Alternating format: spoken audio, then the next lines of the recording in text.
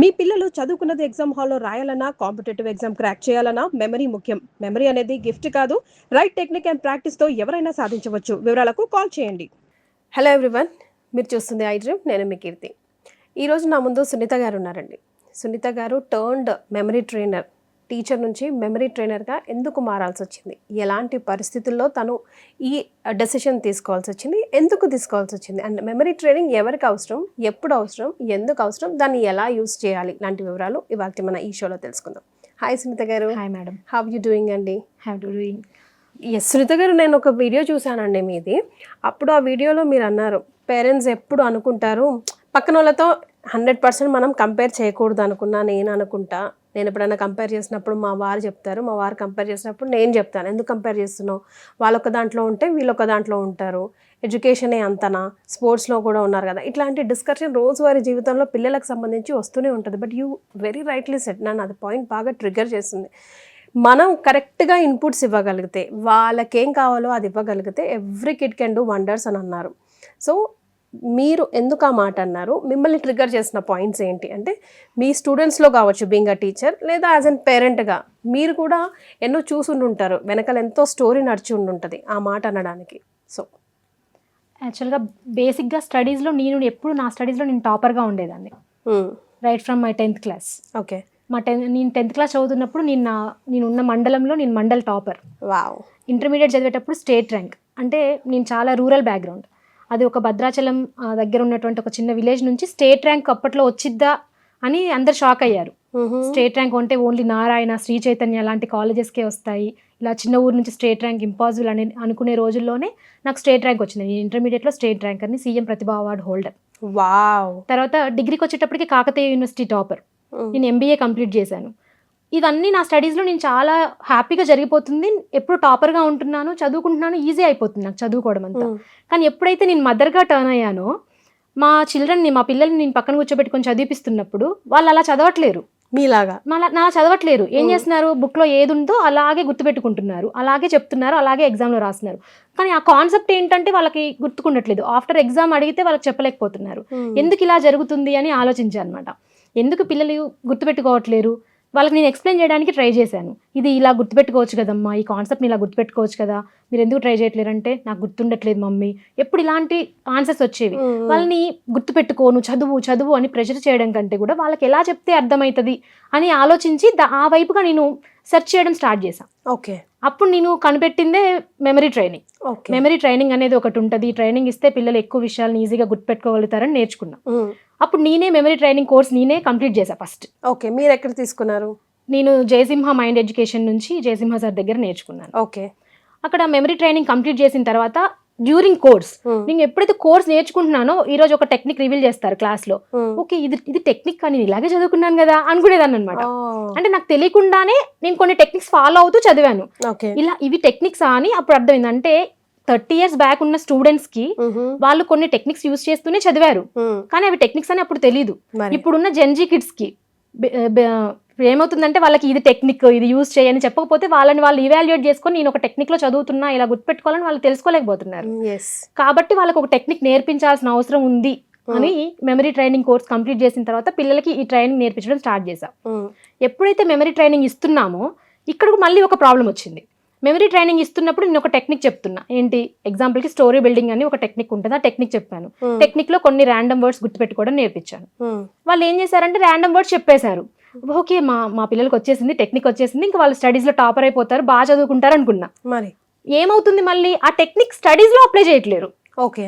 Memory training అంటే ఇది separate, academics separate, ఇది మళ్ళీ సపరేట్ ట్రైనింగ్ లాగా తయారైంది. మరి అందుకని వాళ్ళు ఈ టెక్నిక్ చేసుకోలేకపోతున్నారు. అలా చేసుకున్నప్పుడు ఎందుకు ఈ ర్యాండమ్ వర్డ్స్ గుర్తుపెట్టుకోవడం ఎందుకు, ఈ ప్లేయింగ్ కార్డ్స్ గుర్తుపెట్టుకోవడం ఎందుకు, నెంబర్స్ గుర్తుపెట్టుకోవడం ఎందుకు, ఇవన్నీ స్టడీస్ లో వాళ్ళు అప్లై చేయాలి కదా. అందుకని మళ్ళీ దీనిపైన మళ్ళీ వర్కౌట్ చేసి దీన్ని స్టడీస్ కి ఎలా అప్లై చేయాలి, ఇప్పుడు నేను ఒక టెక్నిక్ నేర్పిస్తే వాళ్ళ స్టడీస్లో ఎక్కడెక్కడ ఈ టెక్నిక్ యూజ్ అవుతుంది, వాళ్ళు ఎలా అప్లై చేసుకోవాలి, వాళ్ళకి అప్లికేషన్ మెథడ్ నేర్పించాలి అని మళ్ళీ దానిపైన వర్కౌట్ చేసి దీన్ని ఎకడమిక్స్లో ఎలాగ అప్లై చేయాలి అని స్టార్ట్ చేసి, ఏ కాన్సెప్ట్ వచ్చినప్పుడు ఏ టెక్నిక్ యూజ్ చేయాలి, ఏ టెక్నిక్ యూజ్ చేస్తే సైన్స్ కాన్సెప్ట్స్ ఎలా గుర్తుపెట్టుకోవాలి, సోషల్ కాన్సెప్ట్స్ ఎట్లా గుర్తుపెట్టుకోవాలి, మ్యాథ్స్ ఫార్ములాస్ ఎట్లా గుర్తుపెట్టుకోవాలి, అట్లా ప్రతిదానికి కొన్ని టెక్నిక్స్ అప్లై చేసి మళ్ళీ వాళ్ళ మీద ప్రయోగం చేశాను అనమాట. ఓకే. మళ్ళీ వాళ్ళకి నేర్పించినప్పుడు అది వర్కౌట్ అయింది. పిల్లలు మళ్ళీ సేమ్ వాళ్ళకి డౌట్ వచ్చినప్పుడు ఈ టెక్నిక్ యూజ్ చేసి చదువుకోవడం స్టార్ట్ చేశారు. అలాగా నేను మెమరీ ట్రైనర్గా మారాను. Yes, super. సో మరి పేరెంట్స్కి మీరు చెప్పినప్పుడు అంటే మార్కెట్లో నా పిల్లలే కాదు మిగతా పిల్లలు కూడా నేర్చుకోవాలి, వాళ్ళు కూడా తెలుసుకోవాలి అనుకున్నప్పుడు మీరు వేసిన మొదటి అడుగు ఎలా ఉండింది? యాక్చువల్గా నేను ఫస్ట్ ఒక ఇన్స్టిట్యూట్ స్టార్ట్ చేశాం, సక్సెస్ పార్క్ అకాడమీ.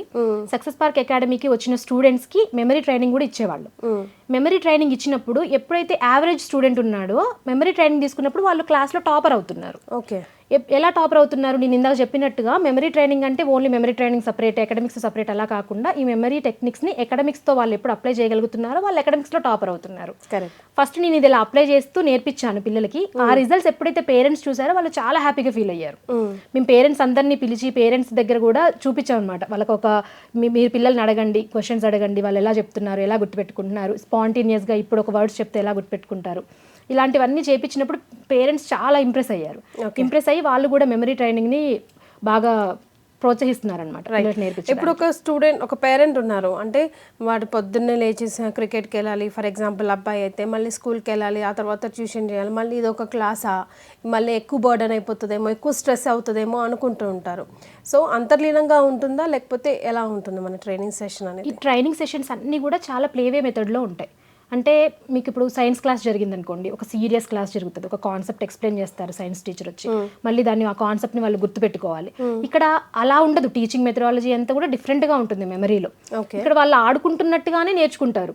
వాళ్ళు ప్రాక్టీస్ చేసేటప్పుడు ఎవ్రీ టైం వాళ్ళు ఎంజాయ్ చేస్తూ ఉంటారు అనమాట. ఒక స్టోరీస్ వింటూ నేర్చుకుంటూ ఉంటారు. ఎక్కువ శాతం కూడా స్టోరీ బిల్డింగ్ టెక్నిక్తో నేర్పిస్తూ ఉంటాం. మచ్చుకు ఒక టెక్నిక్ వదలొచ్చు కదా? తప్పకుండా ఎలా అప్లై చేస్తారు అన్నది తప్పకుండా చెప్తాను మేడం. అయితే ఇప్పుడు నేను మీకు కొన్ని వర్డ్స్ చెప్తాను, మీరు నాకు రిపీట్ చేసి చెప్పాలి. అమ్మో, నా మీదనే ప్రయోగం చేస్తారా? మీరు అడిగారు కదా మరి. ఓకే, ఓకేనా? నేను వర్డ్స్ చెప్తాను, జాగ్రత్తగా వినండి, మళ్ళీ మీరు you have to repeat it. Cow, tree, aeroplane, magnet, river, Virat Kohli, towel, diamond, box, paper, table. Okay, ఇప్పటి వరకు చెప్పండి. ఇప్పుడు మీకు ఎన్ని వర్డ్స్ గుర్తున్నాయి చెప్పండి. నాకు cow, tree, table, Virat Kohli. మీరు ఆర్డర్ మిస్ అయ్యారు. డైమండ్, ఆర్డర్ రాదు నాకు. ఆర్డర్లో చెప్పాలి. ఇప్పుడు ఆ వర్డ్స్ గుర్తుపెట్టుకోవడం ఒక ఎత్తు అయితే ఆర్డర్లో గుర్తుపెట్టుకోవడం ఇంకొక టాస్క్. ఎందుకంటే చదువుకునేటప్పుడు అదే పెద్ద టాస్క్ అసలు. కొన్ని విషయాలు ఆర్డర్లోనే గుర్తుపెట్టుకోవాలి. ఇప్పుడు ఉందనుకోండి, నేషనల్ మూమెంట్ ఉంది, నేషనల్ మూమెంట్లో జరిగిన అన్ని సంఘటనలని కూడా మనం ఆర్డర్లో చెప్పకపోతే, దేని తర్వాత ఏది జరిగిందో తెలియకపోతే మొత్తం నేషనల్ మూమెంట్ అంతా క్లమ్జీ అయిపోతుంది. గుర్తుపెట్టుకోలేడు స్టూడెంట్కి, అదమ్మా ఇంకా నాకు రాదు ఇది అని ఫిక్స్ అయిపోతాడు. అలా కాకుండా మనం ఆర్డర్లో గుర్తుపెట్టుకోవడం ఇంపార్టెంట్. ఇప్పుడు నేను మీకు చెప్పిన ఈ వర్డ్స్ని ఆర్డర్లో గుర్తుపెట్టుకోవడానికి, కౌ ట్రీ కింద ఉంది, ట్రీ పైన ఏరోప్లేన్ ఉంది, ట్రీ పైన ఒక ఏరోప్లేన్ పడింది, ఏరోప్లేన్లో మ్యాగ్నెట్ ఉంది, ఏరోప్లేన్లో మ్యాగ్నెట్ ఉంది, ఈ మ్యాగ్నెట్ రివర్ వరకు తీసుకెళ్ళింది, రివర్ ఒడ్డున డాగ్ ఉంది, ఆ డాగ్ టవల్ కట్టుకుంది, ఆ టవల్ విరాట్ కోహ్లీది, విరాట్ కోహ్లీ డైమండ్ ఇస్తా అన్నాడు, ఆ డైమండ్ ని బాక్స్ లో పెట్టిస్తా అన్నాడు, ఆ బాక్స్ పేపర్ తో తయారు చేశారు, పేపర్ టేబుల్ పైన ఉంది. ఇప్పుడు నేను మీకు ఒక స్టోరీ చెప్పాను కదా, ఇప్పుడు చెప్పండి, కౌ ఎక్కడుంది? ట్రీ కింద. ట్రీ పైన ఏం పడింది? ఏరోప్లేన్. ఏరోప్లేన్ లో ఏముంది? మ్యాగ్నెట్. మ్యాగ్నెట్ ఎక్కడికి తీసుకెళ్ళింది? రివర్. రివర్ ఒడ్డున ఏముంది? డాగ్. డాగ్ ఏం కట్టుకుంది? టవల్. టవల్ ఎవరిది? విరాట్ కోహ్లీ. విరాట్ కోహ్లీ ఏమి ఇస్తా అన్నాడు? డైమండ్. దేంట్లో పెట్టిస్తా అన్నాడు? బాక్స్. బాక్స్ దేంతో తయారు చేశారు? పేపర్. పేపర్ ఎక్కడ పెట్టారు? టేబుల్. మీరు చెప్తే చూసారా? ఓకే. ఇలాంటి టెక్నిక్స్ యూజ్ చేసినప్పుడు, ఇప్పుడు మీరు ఈ టెక్నిక్ యూజ్ చేయడానికి మీకు ఏమైనా ప్రెషర్ అనిపించిందా? లేదండి. లేదు. ఇలాంటి యూస్ఫుల్ టెక్నిక్స్ అంటే ఇట్లాగా ఆడుకున్నట్టుగా, గేమ్ ఆడినట్టుగా ఉండే టెక్నిక్సే పిల్లలకు నేర్పిస్తాం కాబట్టి వాళ్ళు ఏం ప్రెషర్ ఫీల్ అవ్వరు. I got you, super. అమ్మా, నేను కూడా పనికొస్తాను అనిపించింది ఇప్పుడు నాకు. సూపర్. ఓకే, సో ఇప్పటివరకు మన ఇన్స్టిట్యూషన్లో ఎంతమంది పిల్లలు ఉన్నారండి? అండ్ పిల్లలకి పెద్దలకి అందరికీ యూజ్ఫుల్ అవుతుందా? వాట్ ఇఫ్ లైక్ ఇప్పుడు నీట్ పరీక్షలు, ఎంసెట్ పరీక్షలు అలాంటి పెద్ద పెద్ద కాంపిటేటివ్ ఎగ్జామ్స్లో వెళ్ళే వాళ్ళకి ఏమైనా అడ్వాన్స్ టెక్నిక్స్ ఉంటాయా? తప్పకుండా టెక్నిక్స్ ఉంటాయి. అంటే ఇప్పుడు నీట్ ఎగ్జామ్ రాయాలి, కాంపిటేటివ్ ఎగ్జామ్స్ రాయాలి, సివిల్స్ ప్రిపేర్ అవుతున్నారు, గ్రూప్స్ ప్రిపేర్ అవుతున్నారు, ఇలాంటి స్టూడెంట్స్ ఏంటంటే లాట్స్ ఆఫ్ ఇన్ఫర్మేషన్ గుర్తుపెట్టుకోవాలి. కరెక్ట్. మన బ్రెయిన్కి అన్లిమిటెడ్ స్టోరేజ్ ఉంటుంది అనమాట. అన్లిమిటెడ్ ఇన్ఫర్మేషన్ని గుర్తుపెట్టుకునేంత స్టోరేజ్ ఉంటుంది. కానీ అంత స్టోరేజ్ ఉన్నా ఎందుకు గుర్తుపెట్టుకోలేకపోతున్నారు అంటే దాంట్లో మనం యూజ్ చేసే టెక్నిక్ తప్పు. అది స్టూడెంట్స్ ఇంటెలిజెన్స్ మిస్టేక్ కాదు, వాళ్ళకి ఇంటెలిజెన్స్ ఉంది, వాళ్ళకి కెపాసిటీ ఉంటుంది, కానీ వాళ్ళు రైట్ టెక్నిక్ యూజ్ చేయకపోవడం వల్ల వాళ్ళు గుర్తుపెట్టుకోవట్లేరు. ఓకే. అలాంటి రైట్ టెక్నిక్స్ని వాళ్ళు ఎప్పుడైతే యూజ్ చేస్తారో, వాళ్ళు ప్రాక్టీస్ చేస్తారో, ఖచ్చితంగా ఎలాంటి ఇన్ఫర్మేషన్ అయినా ఈజీగా గుర్తుపెట్టుకోవచ్చు. మనకు సివిల్స్ ప్రిపేర్ అయ్యే వాళ్ళు, లేకపోతే గ్రూప్స్ ప్రిపేర్ అయ్యే వాళ్ళు, నీట్, జేఈఈ, ఐఐటి ఏది ప్రిపేర్ అయ్యే వాళ్ళకైనా వాళ్ళ మెమరీ స్టోరేజ్ని ఎలా యూజ్ చేయాలో వాళ్ళకి నేర్పించాలి. ఇప్పుడు ఒక కెమెరా వాడుతున్నారండి, కెమెరా ఎలా పనిచేసిద్దో తెలియకపోతే దాన్ని ఎలా యూజ్ చేయాలో ఎలా తెలుస్తుంది? అంతే కదా. ఏ బటన్ నొక్కితే ఏమొస్తుందో తెలియాలి కదా. సేమ్ అలాగే మనం మన బ్రెయిన్ని స్టోరేజ్ కోసం యూజ్ చేస్తున్నాం. మన బ్రెయిన్లో ఎలాగా స్టోరేజ్ చేస్తే అది బ్రెయిన్ ఎక్కువ కాలం స్టోర్ చేసుకుంటుందో తెలియకపోతే, బ్రెయిన్ గురించి మనకు తెలియకపోతే మనం ఎలా స్టోర్ చేయగలుగుతాం? కాబట్టి మన బ్రెయిన్ ఎలా, స్టోరేజ్ సిస్టమ్ ఎలా ఉంటుంది, అది ఎలాంటి విషయాల్ని స్టోర్ చేయగలుగుతుంది, ఇలాంటివన్నీ కూడా మనం మెమరీ ట్రైనింగ్లో నేర్పిస్తాం పిల్లలకి. కాబట్టి వాళ్ళు ఈజీగా గుర్తుపెట్టుకోగలుగుతారు. ఇది అందరికీ యూస్ఫుల్. ఇది స్టేజెస్ ఏమైనా ఉంటుందండి, ఫస్ట్, సెకండ్, థర్డ్ అని చెప్పేసి? దీంట్లో 2 స్టేజ్లు ఉంటాయండి. ఫౌండేషన్ కోర్స్ ఒకటి ఉంటుంది.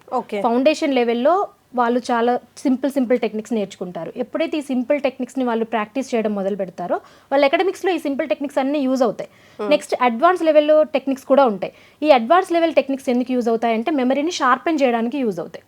ఈ అడ్వాన్స్ లెవెల్లో వచ్చేది న్యూమరికల్ డేటా. ఇప్పుడు ఒక న్యూమరికల్ డేటా ఉంటుంది, చాలా ఒక 100 నెంబర్స్ని గుర్తుపెట్టుకోవాలి.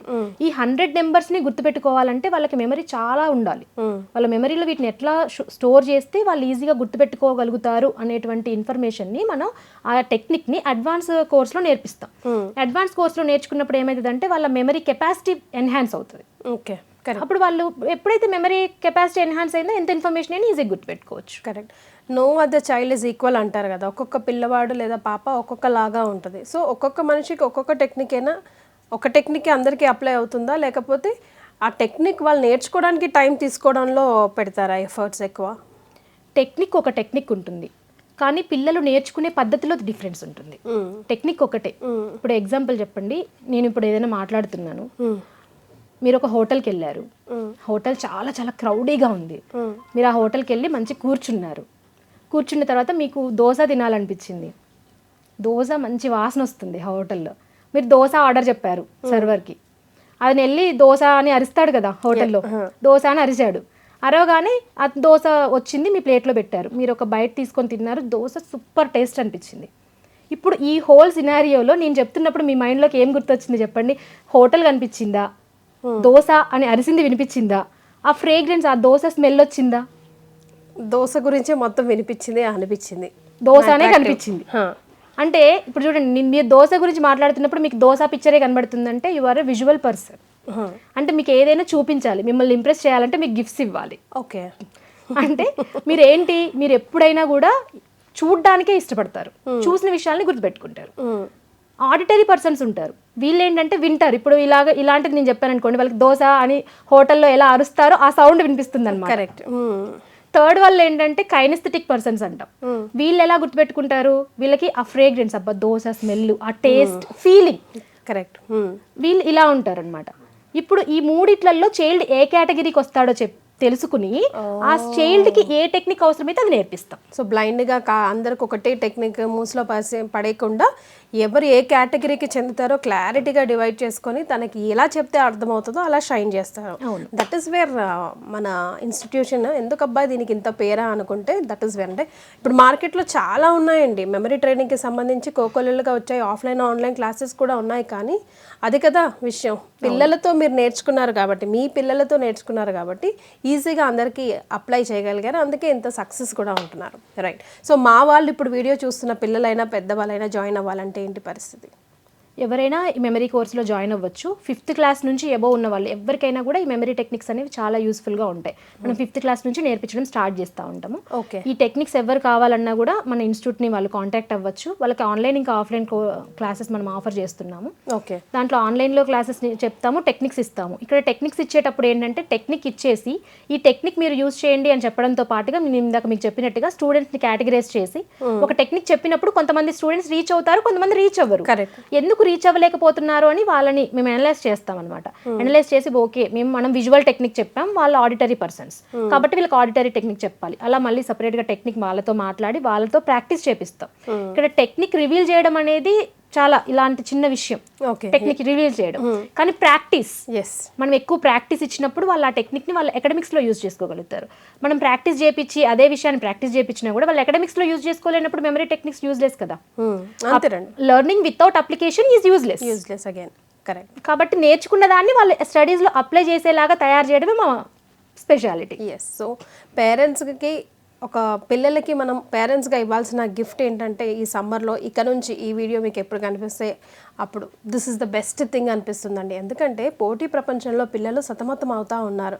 అంటే వాళ్ళ ముందు చెప్పకూడదు కానీ పేరెంట్స్గా మా అబ్బాయి మేము ఇంతగానం ఎక్కడ చదివాము, ఇంతగానం ఎలా చదువుతారు, అసలు ఒకేసారి ఇంత హోంవర్క్ ఎలా ఎందుకు ఇస్తున్నారు, పిల్లలకి ఇంత గుర్తుంటుందా, గుర్తున్నా వెళ్ళి రాసి రాగలరా అని ఒక బర్డన్ లాగానే అనిపిస్తుంది వాళ్ళు రేపు ఎడ్యుకేషన్ అంటే. చాలామంది పేరెంట్స్ విత్ కిడ్స్ ఆత్మహత్య చేసుకునే వాళ్ళని కూడా మనం చూస్తూనే ఉన్నాం డిప్రెసివ్ వరల్డ్లో, స్ట్రెస్ వరల్డ్లో. This is the like best ever అండి. ఎందుకంటే ఆ టెక్నిక్ వాళ్ళకి నేర్పించేస్తే ఈజీగా పీస్ ఆఫ్ కేక్ లాగా వాళ్ళ పని అయిపోతాయి. ఇంకేం కావాలి, వాళ్ళ లైఫ్స్ అందరివి బాగుంటాయి కదా, మంచి సెటిల్ అవుతారు, వాళ్ళకి కావాల్సిన బ్రతుకు వాళ్ళు బ్రతికితే పేరెంట్స్గా మనం అంతకన్నా ఇంకా ఏం కోరుకుంటాం. సో మీరు కనుక ఈ టెక్నిక్ నేర్పించాలి అనుకుంటే, మెమరీ ట్రైనింగ్ ఇవ్వాలి అని అనుకుంటే కింద స్క్రోల్ అవుతున్న నంబర్కి కాల్ చేయొచ్చు. బోత్ ఆఫ్లైన్ అండ్ ఆన్లైన్ కూడా ఉన్నాయి. మిగతా వివరాలు కూడా మీకు ఏమైనా కావాలంటే కూడా డెఫినెట్గా ఎనీ టైం వాళ్ళు అవైలబుల్లో ఉంటారు. ఈ నెంబర్కి కాంటాక్ట్ అయితే సరిపోతుంది. సో ఇది సమ్మర్ వరకేనా అండి, త్రూ అవుట్ 365 days అవైలబుల్లో ఉంటుందా ఈ కోర్సు? సమ్మర్ వరకే కాదండి, మొత్తం అకాడమిక్ జరిగేటప్పుడు కూడా, అంటే 365 days ఈ కోర్స్ అవైలబుల్లోనే ఉంటుంది. సమ్మర్లో మనం ఏం చేస్తున్నామంటే స్పెషల్ కోర్స్ కింద ఎక్కువ బ్యాచెస్ రన్ చేస్తున్నాము. మనకి మొత్తం ఇయర్ మొత్తం కూడా బ్యాచెస్ నడుస్తూనే ఉంటాయి. సో బ్యాచ్కి ఎన్ని డేస్ ఆర్ ఎన్ని మంత్స్ పెడుతున్నారు? ఈ డ్యూరేషన్ వచ్చేసి 15 days. 15 daysలోనే మెమరీ టెక్నిక్స్ పిల్లలు నేర్చుకోగలుగుతారు. అయితే పిల్లలు నేర్చుకున్న ఈ మెమరీ టెక్నిక్స్ని 15 daysలో నేర్చుకునే దాన్ని మనం 3 months వరకు వాళ్ళకి ప్రాక్టీస్ కూడా ఇస్తాం. ఓకే. సో పర్ డే ఎంత టైం కేటాయించాలి పిల్లలు? పర్ డే 1 hour సరిపోతుంది. వాళ్ళకి ఎక్కువ ప్రెషర్ లేకుండా మనం 1 hourలోనే టెక్నిక్ నేర్పించగలం. అదే ఆఫ్లైన్ అయినా ఆన్లైన్ అయినా 1 hourలో అయిపోతుంది. సో ప్రపంచవ్యాప్తంగా ఎక్కడున్నా కూడా రిజిస్టర్ చేసుకోవచ్చు, పిల్లలైనా పెద్దలైనా. అవును. Thank you so much Sunitha garu. ఇలాంటి ఇన్ఫర్మేషన్ ఇంకా చాలా మీ ద్వారా తెలుసుకుంటాం. చాలామంది పిల్లలకి హెల్ప్ఫుల్ అవ్వాలని మనస్ఫూర్తిగా కోరుకుంటున్నాం. Thank you.